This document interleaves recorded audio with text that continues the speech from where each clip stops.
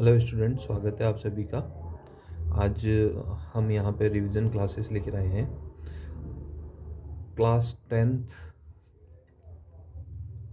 Math प्रश्नावली 1.1। जी हाँ दोस्तों, देखिए, जैसा आप सब लोग जानते हैं कि प्रश्नावली 1.1 में अपन ने देखा था ईडीटी मेथड, एचसीएफ निकालने के लिए ईडीटी मेथड। ईडीटी मेथड यानी कि यूक्लिड डिवीजन थ्योरम मेथड। जी हाँ दोस्तों, तो इसी मेथड को अपन आगे चलाते हुए आज देखते हैं प्रश्न संख्या 1। प्रश्न संख्या 1 जो दे रखी है वो दे रखी है निम्नलिखित संख्याओं का एचसीएफ ज्ञात करने के लिए ईडीटी का प्रयोग कीजिए, यानी कि यूक्लिड विभाजन एल्गोरिदम का प्रयोग कीजिए। जी हाँ दोस्तों, प्रश्न दे रखा है 135 और 225। तो दोस्तों, जैसा ये प्रश्न अपने को सामने दे रखा है, तो ईडीटी मेथड से हल करने का जो तरीका होता है वो क्या होता है। देखिए, जो दिए गए नंबर है, इन दोनों नंबर में से जो छोटा नंबर है, छोटा नंबर ये है, इसको अपन यहाँ लिखते हैं 135 भाग देंगे 225। कितनी बार जाएगा बच्चा? देखो, 135 का पहाड़ा अगर 2 बार अपन बोलते हैं तो 270 आता है, बट ये यहाँ पे एक ही बार जा पाएगा, तो 135 यहाँ पे एक बार चला जाएगा और जो आपके पास बचेगा वो है 90। कितना रिमेनिंग बचेगा आपके पास? 90। तो ईडीटी मेथड ये बोलता है कि डिवीजन से जब तक आपके पास जीरो ना आ जाए तब तक आपको भाग देते जाना है। तो दोस्तों, यहाँ पे फिर से अपन भाग दे रहे हैं। 90 का भाग अब की बार देंगे अपन 135 में। तो 90 का जब अपन 135 में डिवीजन करेंगे तो ये भी जाएगा 1 बार। तो अभी अपने पास रिमेनिंग बचा 45। तो अभी फिर से रिमेनिंग बच गया है। जब तक रिमेनिंग नहीं बचेगा तब तक अपन करते रहेंगे, यानी कि रिमेनिंग जीरो आना चाहिए। तो अब की बार अपन देंगे 90 में। तो 45 into 2 90, it's clear, 0. Now we can say HCF of 135 and 225 is 45 and it's your answer। जी हाँ दोस्तों, अभी देखते हैं एक और प्रश्न इसी से रिलेटेड।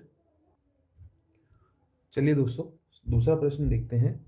दूसरा प्रश्न मेरे को दे रखा है 867 और 255 का एचसीएफ निकालना है ईडीटी मेथड से।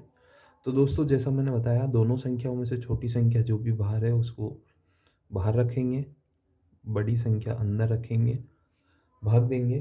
तो दोस्तों, यहाँ पे आप देख पाएंगे कि ये भाग जाएगा अपना करीबन 3 बार ये भाग जाएगा यहाँ पे। तो जब ये 3 बार जाएगा तो ये 3 बार चला गया आपका भाग, और जब 3 बार भाग जाएगा तो आप लोग बता पाएंगे मेरे को कितना आएगा आपके पास? 765। जी हाँ दोस्तों, 765 आपके पास यहाँ आएगा, और जो रिमाइंडर बचेगा वो बचेगा 102। तो दोस्तों, अभी भी अपने पास रिमाइंडर बच गया है, तो अगेन अपन इसको भाग देंगे।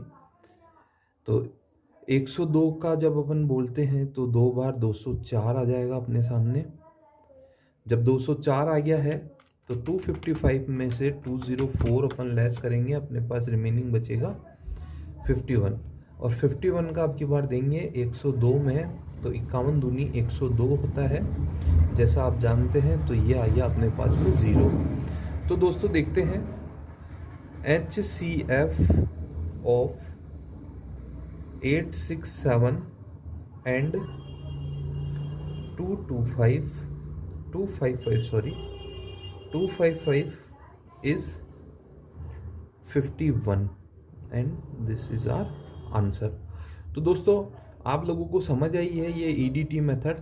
तो देखिए, ईडीटी मेथड बहुत ही आसान होता है और आप लोगों को ये मेथड समझ में भी आ गया होगा। एक बार वापस से देख लीजिए, ये प्रश्न है और ये प्रश्न का सॉल्यूशन आप लोगों के सामने कर दिया गया है। जी हाँ दोस्तों, अभी अपन चलते हैं इसी के अगले प्रश्न की तरफ। देखिए, यहाँ पे मैं आपको सॉल्व करवाता हूँ एक प्रश्न जो है प्रश्न संख्या 3। प्रश्न संख्या 3 में आप लोगों को सॉल्व करवाने जा रहा हूँ यहाँ पे। क्वेश्चन नंबर 3 दिया है, किसी परेड में 616 सदस्यों वाली एक सेना की आर्मी की टुकड़ी को 32 सदस्यों वाले एक आर्मी बैंड के पीछे मार्च कराना है। दोनों समूहों को समान संख्या वाले स्तंभों में मार्च करना है। उन स्तंभों की संख्या ज्ञात कीजिए जिसमें वह मार्च कर सकते हैं। तो दोस्तों देखिए, यहाँ पे भी सिंपली आपको 616 और 32 दिया है, जिनका SCF आपको निकालना है EDT मेथड से। तो दोस्तों इसमें भी दोनों में कौन सी छोटी संख्या है, 32 है, अंदर रखेंगे 616।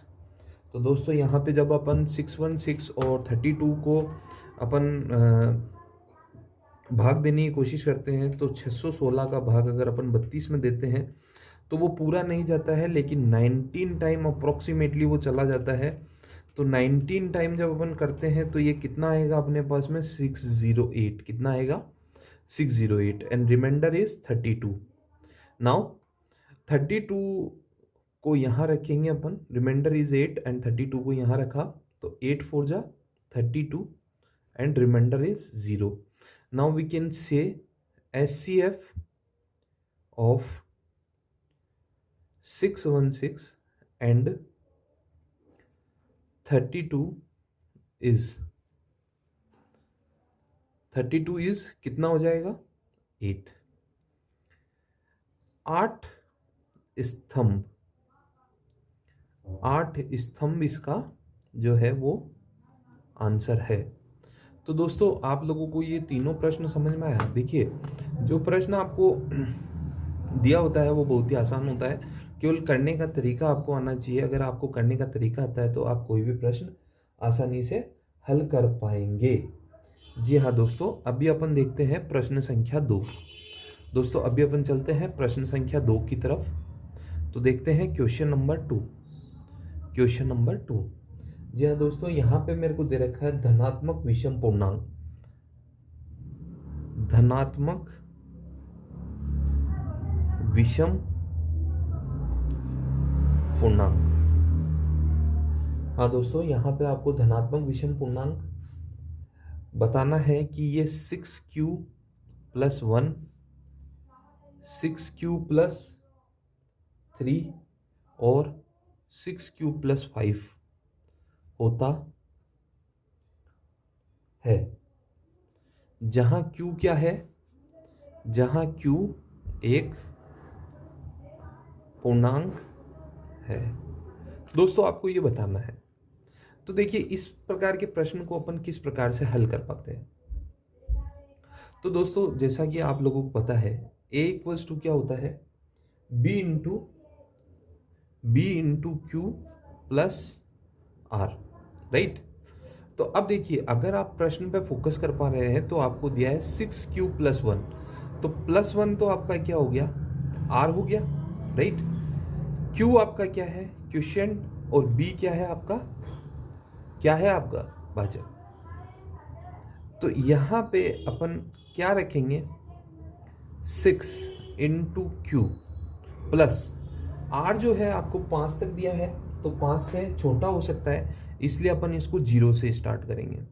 तो अगेन 6 × Q + 1, फिर 6 × Q + 2, 6 × Q + 3, 6 × Q + 4 and 6 × Q + 5। Now अब अगर अपन इसका आंसर देखते हैं तो 6 × Q 6q + 0, तो वैल्यू 6q रही। यहाँ से सॉल्व करते हैं तो 6q + 1 = 7q अपने सामने निकल के आता है। फिर जब अपन इसको सॉल्व करते हैं तो 6 × 2 = 12, 12q यहाँ पे निकल के आता है। यहाँ जब अपन सॉल्व करते हैं तो 6 और 2 हो गया यहाँ पे 8q। यहाँ पे सॉल्व करते हैं तो 6 और 3 9q हो जाता है। यहाँ सॉल्व करते हैं तो ये हो जाता है 10q, और जब इसको सॉल्व करते हैं तो ये हो जाता है 11q। तो देखिए आप लोगों से प्रश्न में पूछा गया था धनात्मक विषम पूर्णांक, तो विषम पूर्णांक के बारे में आपसे पूछा गया, और विषम संख्याएं क्या होती है आप लोग जानते हैं। विषम संख्याएं क्या होती है, तो विषम संख्याएं जो होती है वो 2 से डिविजिबल नहीं होती है। तो अपने से पूछा गया था कि 6 क्यूब प्लस 1, 6 क्यूब प्लस 3 और 6 क्यूब प्लस 5, ठीक है, क्या एक धनात्मक पूर्णांक है, धनात्मक विषम पूर्णांक है। तो देख लीजिए जो इसको आउटपुट आता है वो 7 क्यों आता है, तो ये है धनात्मक विषम पूर्णांक है। ये 9 क्यों आता है, तो ये भी धनात्मक विषम पूर्णांक है। और ये 11 क्यों आता है, तो ये भी धनात्मक विषम पूर्णांक है। जी हाँ दोस्तों, तो यहाँ पे आप लोगों ने सीखे हैं 3 प्रश्न। बहुत ही आसान प्रश्न ये थे जिनका जवाब आप लोगों को देना था और बहुत ही सिंपल तरीके से आप लोग जवाब दे पा रहे हैं।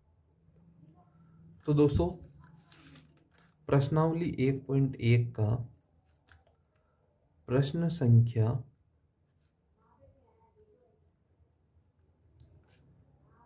4 और 5 स्वयं कीजिए। जी हाँ दोस्तों, ये दोनों प्रश्न आपको करने हैं। दोस्तों अगर वीडियो अच्छी लगी हो तो लाइक कीजिए, शेयर कीजिए, कमेंट कीजिए और चैनल को सब्सक्राइब कीजिए। Thank you.